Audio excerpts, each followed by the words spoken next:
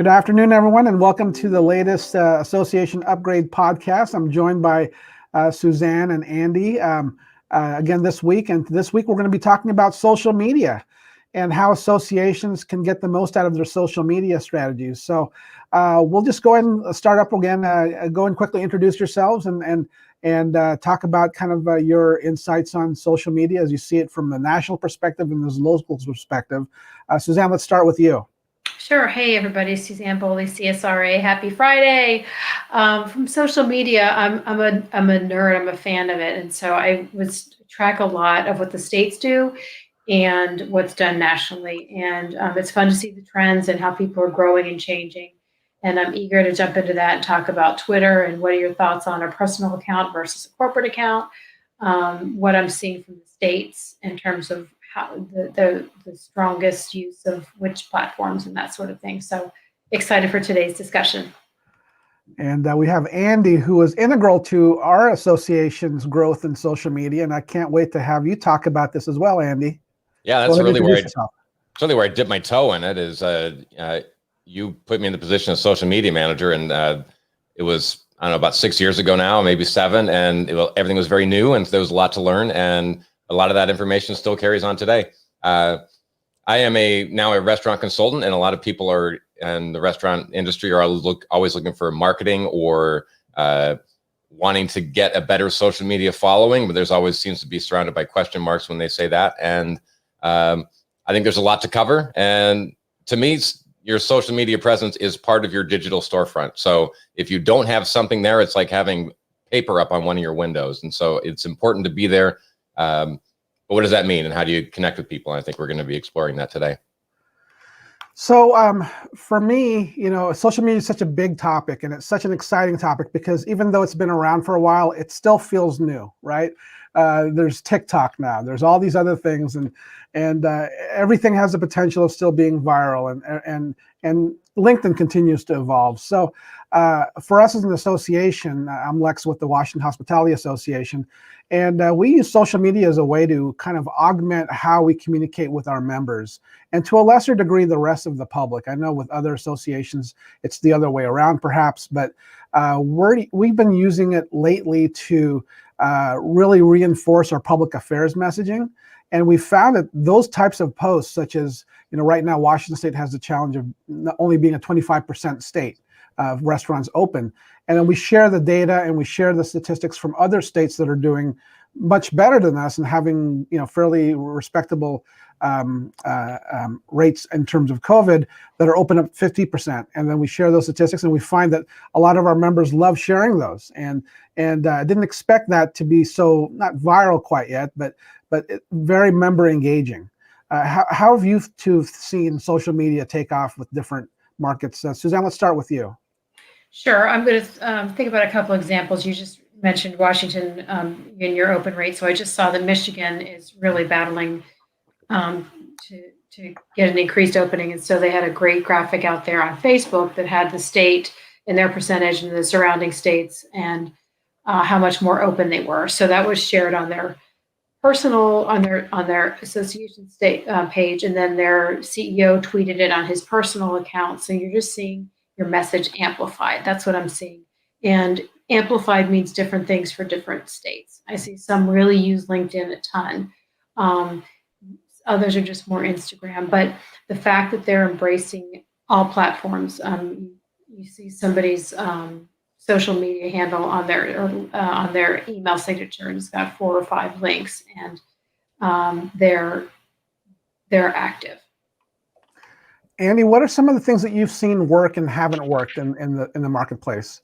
Yeah, well, one thing that you mentioned is how you started to post about public affairs, and it feels to me like if you were to try to put some sort of fun dance video on TikTok, it would probably get an audience of you. But by leaning into who you are and what you do, and if it's in alignment with what people's general expectations of you are, then it fits, it suits them. And to respond to something that Suzanne had mentioned, there are so many different social media platforms that you could be outreaching on. And I feel like there are tools in place that with one post, you could reach many of them and that you should do that. It cuts down your workload and it distributes your channels out in ways that's going to land in with people. If it's on Instagram, they're going to find it when they're scrolling for fun. If it's on LinkedIn, they're going to find it when they're scrolling with professional concerns, but it'll find them. Question I'm always kind of wondering about, and we do a mix here at the association, is what do you just do a blanket release and it goes to all social media? It's basically the same post, maybe some jiggering of the images, versus really working on segmenting what message goes out on LinkedIn, what message goes out on Instagram. Oftentimes associations have a very small staff to be able to handle some of these things, while at the same time, I know there are tools out there that make this a lot easier.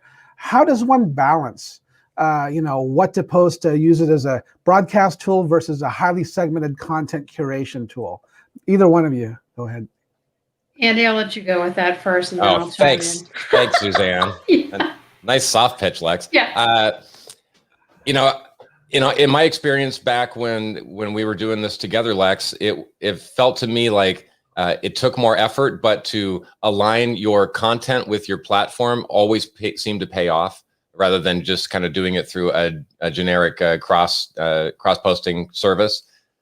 That said, a lot of people don't have that luxury of time in order to do it. And so I'm going to go back to what I said before. I think that try to stay in alignment with what people's expectations of you are as a association and lean into that. I think that any thought leader that you have on your team that can contribute to those posts or share those posts, like if it's your CEO or maybe it's a membership coordinator, somebody that resonates with your audience, that's what's going to help you probably the most, in that you're not just putting out things passively, but you're engaging organically. And there's a difference between engaging organically to the machine behind the platforms versus paying to play.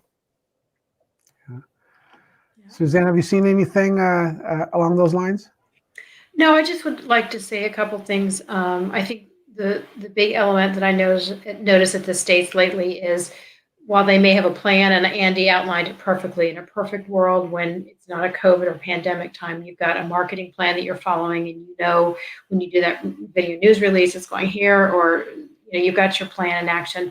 What I'm hearing lately from the States is they've got this plan and they throw it out the window because new legislation comes in and they've got to pivot and run with it. So I think the big thing lately is to just be nimble in terms of how they're producing stuff, but also I think association staff are wearing many hats. So maybe there's more sharing of those roles among the staff in terms of social media posting. And then I'd also like to mention, and this may be archaic now, but we talked about posting across multiple platforms. Do people still use Hootsuite, or is there a better way to do something where you're using a tool that allows you to program and push things out in advance across many platforms? Yeah, there's a bunch of new tools there. I know, Andy, you probably delved into a few of these things. The association here, we use a tool called Publer. It's publer.io. And what it does is it basically, it works like Hootsuite, it works like Buffer. They've recently just launched a way where we're able to post directly to our LinkedIn, not LinkedIn, but our Instagram, which has been a challenge before. You've had to use Buffer in order to augment that effort. Now you can do everything at once. And we have different team members logged into that. So it handles that really well. But there's a ton of tools out there. There's Promo Republic, there's Content Studio, there's Buffer, Hootsuite. It just goes on and on. Andy, are there any particular tools that you've used lately that you think might work for what associations are doing? Not directly. I generally am guiding people. It's on the operator level, but I'm generally guiding people with a low bandwidth for this sort of thing. But they recognize the necessity of it. I steer them towards the free Hootsuite account, which will allow you to plug in 3 social media platforms. And general advice to them are to pick the big 3. The Facebook, Instagram, and for an association, I'd say LinkedIn has got to be a must. And to duplicate your postings. But when you create a valuable post, if you recognize it as a valuable post that's not trapped in amber in that moment, that you should be reposting that 2 or 3 times over the span of a couple of weeks. And the reason for that is that when you are a business page, your reach is going to be throttled down to about 10%. So say you have 1,000 followers, you're only going to hit 100 for every time you post. Otherwise, our feeds would be full of of business listings, which would make people disengage. But by doing it 2 or 3 times, you're accelerating your opportunity to reach people and get your message out there. You can't just spit it out and assume that it's going to be a field of dreams moment and everyone's going to come. Yeah. And that's the other thing too. That's a really good point. A lot of times things that we find that go close to viral or gets a lot of traction without us having to boost it are things that have been shared by our sales team or things shared by our CEO. To this day, I mean, I think our CEO still has more followers in our own Facebook thing, but that's natural. I think a lot of associations fit in that boat because people are more interested in following the personality versus the corporation. And I know, Suzanne, that was kind of what your question, one of your things that you brought up earlier, maybe it was to use your personal account, to use the, what have been some of the challenging questions that you've heard from other associations when they are posed with that dilemma? Well, what we ended up doing for my account, I'm just going to talk about it from CSRA standpoint, then I can segue into some of the states. We were setting up our social media footprint last year, and it's still a little barefoot right now. We set up the footprint, but it's not been filled. However, one of the things was the Twitter account, and I had a personal one, and they said some CEOs just put themselves as a thought leader in the industry, and then they just push and promote from their personal page. And that's what I see a lot of the CEOs doing. I also do see, however, on LinkedIn, they'll have a personal account and they'll use the association, probably the business account, point to what Andy's talking about. So they get maybe a different kind of reach there. I think also on, I would say Facebook, well, yes, I know that's dated, but people are still using it. And I will see personal uses from CEOs and association pages. So they can do the calendars and that sort of thing from the business pages. So I'm seeing a little of everything. Well, Andy, you remembered when you started working with us, we had a kind of a best practice or a policy where, not policy, it was just one of those things where our team members had a, like, let's say you're Joe, and you had Joe at Washington Hospitality Association, was a separate Facebook than Joe, Joe, whoever your name is. And there was a lot of our employees that employed that strategy. And we found that confused things more than they helped, right, Andy? I mean, well, it was the Wild West of social media, and right. Facebook was social media, and Twitter, nobody knew if that was even going to work. And so it was a great effort, but I think really what it all comes down to is having just a little bit of insight into how social media works, and make your practices built around triggering those algorithms. So so you have your CEO who's set up as a thought leader and has more followers and more organic engagement. Their algorithm is going to recognize that. And so when you make a post that's important, then you coordinate with your thought leaders in your organization and have them reshare that with some context. Like, hey, we just put out this, and this is why it's important to me. And that is going to trigger the algorithm in a small way because it's being shared, but there's a much greater chance of that being shared by their followers who recognize them as a thought leader. And by putting that extra line of context in it, it gives it a little more relevance. It's going to get more engagement, and the algorithm is going to recognize that and reward it. That's good. I mean, so but that brings us to the idea of the different platforms now. People are always asking about which one should I invest most of my time in. What are your thoughts on that? Suzanne, let's start with you. What do you see, if you had to prioritize the top 3 in the order of the most important to the least important? Let's say top 4. Let's make it easier. How would you rank it and why? Okay, some of it has to do, in my mind, with demographics of the audience. And so I'm always going to put Facebook out there first because my 17-year-old niece just had to get her first account, and it was so that she could sign up for her dorm room. And I'm sure it was 40-year-olds plus who set up that Facebook account, but it's still out there. And my gosh, she now has an account. So I think that's not going to go away for a bit. Next, I see Instagram, and I guess third and fourth, I may tie Twitter and LinkedIn. I mean, LinkedIn is phenomenal, as we know, for the business connections and the stories, B2B, that sort of thing. But Twitter's also a good mouthpiece, and I feel like it's not as just graphic and happy friendly as Instagram. So I think they all add a little bit.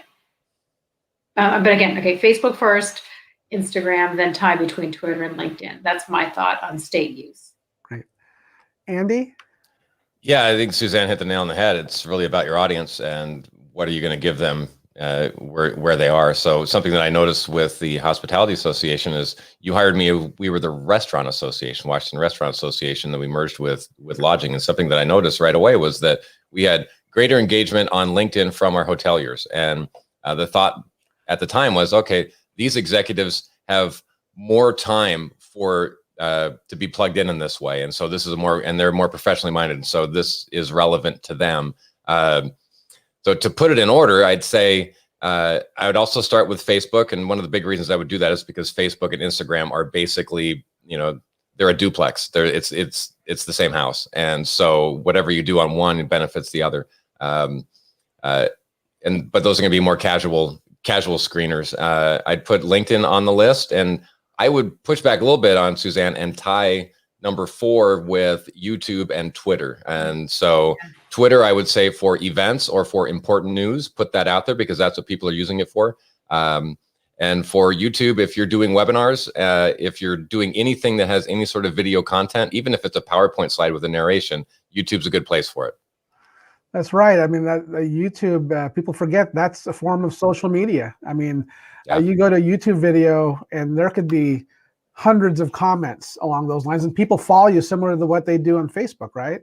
Yeah, and I'll even add to that YouTube it has sort of, it wears 2 hats. It's not only an important social media platform, but it's also one of the top search engines. So, and it's tied into Google. So there's a cascading positive effect that the more engagement you get on YouTube, the more elevated your Google business listing is going to be. Yes, YouTube is the 2nd largest search engine in the world. So yeah, it even blows away Bing. Amazing. Right. Yeah, that said, it's only maybe 3 or 4% versus Bing's 0.9%, but sure. Still, it's part of Google, which is 92%. So, and they're going to reward anybody that gives people something that's relevant, because Google is only going to be as successful as their search results produce. So, whenever you can put anything out there, I think we haven't talked about this yet, but getting proper tagging on your post is always best practice. I don't think you need to go hashtag crazy, but that's how information is sorted and delivered. And some people are actually using that to trigger search results. Now, tagging is a forgotten art a lot of times. Out of curiosity, because I do a lot of SEO as well, how much is tagging related to SEO, in your opinion? Well, that sounds like a question we should be asking you, Lex. Well, it is somewhat related. I think what I find with YouTube is actually the descriptions. People forget that in the descriptions, that indexes in the search as well. And one of the things, if you're an association and you're posting something on YouTube, it's important that you also put a link back to your association or the resource that you're promoting in the description box in there. Sometimes you'll see YouTube descriptions that are long, 600-word articles, right? And there's a reason for that. And oftentimes these are some of the more successful YouTube videos because they also index on Google. So when you do that video search on Google or just a regular search on Google, it'll show up. But it also has a higher likelihood of showing up in YouTube searches. I use YouTube all the time as a consumer, and I can tell you that the hashtags are actually very important to indexing on certain things. And so being consistent with your tagging, I have to do that better myself.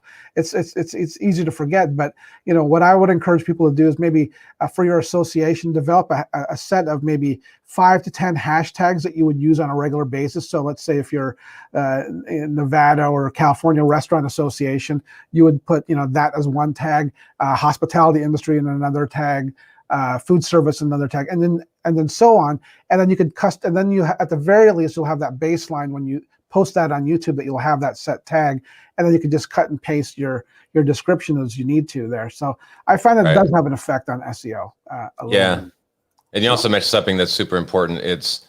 I think it's vitally important that you post words you include words to your posts, like post descriptions. But I recommend to everyone is to be strategic about it. Don't bury the lead. If there's a point to be made, craft your message so that that's on those top 3 lines, because that's what people are going to see. And if there's a story to tell, follow the point. And Yeah, and actually a tip for that too, for those of you that are getting started, maybe you're a staff of one, for an association. If you do, let's say you do a webinar and you want to put that on YouTube, you could use a tool like otter.ai or something like that that can transcribe that, or even sometimes Facebook's own transcription service. You might have to edit it a little bit, but then you could use that as kind of the initial segment of your product, of your description in YouTube as well. That'll also help you rank, and you might not put you probably wouldn't be able to put the whole thing up there, but it'll help you curate maybe the highlights and then put up at least something there as opposed to nothing. Something that would help is, I know that you can do this with both YouTube and Facebook. Unfortunately, they're different, so you have to do it twice. But you can have them translate your closed captioning and create a SSV file, I think it's called. And at any rate, they're not perfect, but if you're a perfectionist, you would probably spend about 30 minutes, putting them in proper punctuation and capitalization. But you can just kind of set it and forget it. It's there, and it's also going to be indexed because now this is text that's associated with the files. Now, Suzanne, I got a question on Twitter specifically. I know that Twitter is oftentimes the forgotten stepchild of social media because everybody's focusing on Instagram, everybody's focusing on Facebook. Yet Twitter is still a very large audience. A lot of our members use Twitter, but the funny thing is everybody still views Twitter as an afterthought, yet they still do it. What has been your experience in dealing with the Twitter space and associations throughout the country? I see mostly the CEOs on there. I'm not seeing a lot of association use of it. However, and my feed tends to come up. I tend to get a couple of the locals. I think it's the algorithms. I get the local folks more than I'm getting national. I think particularly this year there was a deeper and a stronger voice of our CEOs because of the news that was happening, and they were able to probably grow their followers. So I'm seeing more use from that level. Great. Now to close it out here, Andy, anything to add on Twitter? Yeah, I do. Again, it kind of comes back to what's the thrust of the platform? And Twitter, by far and large, is a news aggregate for most users. That's what they're scrolling for. They're not really focused on it like they are with more picture-rich or video-rich platforms. But Twitter is something that people are constantly scanning through to see what's breaking news. It's good for events, but I don't think it's appropriate for associations. But as a news aggregate, it's fantastic. If you want your information to get out there, you're going to probably get people's attention pretty easily through Twitter. And Twitter is replacing what we call RSS, which is RSS feeds, news feeds in technical terms, right. In many ways. And I'm finding a lot of new tools coming out there that integrate Twitter into how they distribute information. So at the very least, Twitter, I mean, again, if you're already using a social media management tool, it's not that much more effort to just click on the Twitter button and post everything to Twitter as well. But you'll find in terms of later on that it could actually benefit your organization because there's other ways of leveraging that feed that you could disseminate your memberships other ways. So like Suzanne with the mobile application, I believe one of the ways that you could share is, Twitter. The nice thing about sharing on Twitter is you could also use hashtags. So oftentimes with mobile apps that integrate Twitter feeds into their applications, they allow you to segment based on hashtags. So let's say you only want posts that have the hashtag CSRA in it, right? So that's a strategic way of using it. Say, okay, all the 50 plus state associations out there, you get to show up on this feed, but you need to hashtag CSRA to show up in that feed. And as an association, you could do the same thing. So you need to hashtag Washington Hospitality, for example. So that's the other creative way I've been finding that you could use and leverage Twitter, because I've been kind of racking my brain, like, what's the benefit of this thing? But you're right, it's still there, and it's a very good technological platform to use in other ways. Yeah. And you hit the nail on the head again, Lex, is Twitter basically is an RSS feed turned into a social media platform. And I'd say if you really want to kick your social media up to the next level with an easy button, post a plugin to your website that'll kind of gives you people a live feed of some of your key social media platforms, and Twitter would be one of them. All right, so we're almost out of time here. So I want to just give you all an opportunity to just talk about kind of any final thoughts on social media. And if you were to give advice to an association and they wanted they want to start developing their social media strategy, what advice would you give them? Suzanne, let's start with you. I would say look at what happens to your calendar on a yearly basis and build your editorial calendar in line with what's going on content-wise. It's such a strong, consistent way to communicate with your membership. And if you have some planning in advance and you don't have a pandemic crazy year with crazy news coming at you, it's a great tool to get out information quickly with your membership. Great. Thanks, Suzanne. Andy. Yeah, find a cadence and stick to it would be probably one of my biggest pieces of advice we haven't covered. And that means don't just post every now and then when you think about it, because if there's too much time in between posts, you look lazy, or some people might even wonder if you're even around, and if it's been that long. And so pick something, stick to it. If it's a bandwidth issue, carve out an hour in a week or an hour in a month and decide what you want to schedule your post for. And so you can schedule the same post 3 or 4 times that month on a calendar, and it'll release all on its own. You can easy button it that way. Yeah. And my advice would be leverage the tools that are out there. Of course, that would be what I would advise, right? Because there's so many tools that are out there that will literally allow you to repost one piece of content 5 different ways in 4 different social media platforms, thus giving you a week's worth of content for about 45 minutes worth of work. Yeah. So, I mean, so I would really highly encourage you to do that, because again, as often, many of our associations have a staff of 1 in terms of communications. That's a way that you could really amplify your efforts and make sure that your association is constantly visible in the public eye, but more importantly, in your members' eyes. So that would be my recommendation. All right, Suzanne, Andy, thank you so much for joining in today. And this was helpful information. And we'll see you all next week. All right. Fantastic. Have a great So long, weekend. everyone. Bye. Bye.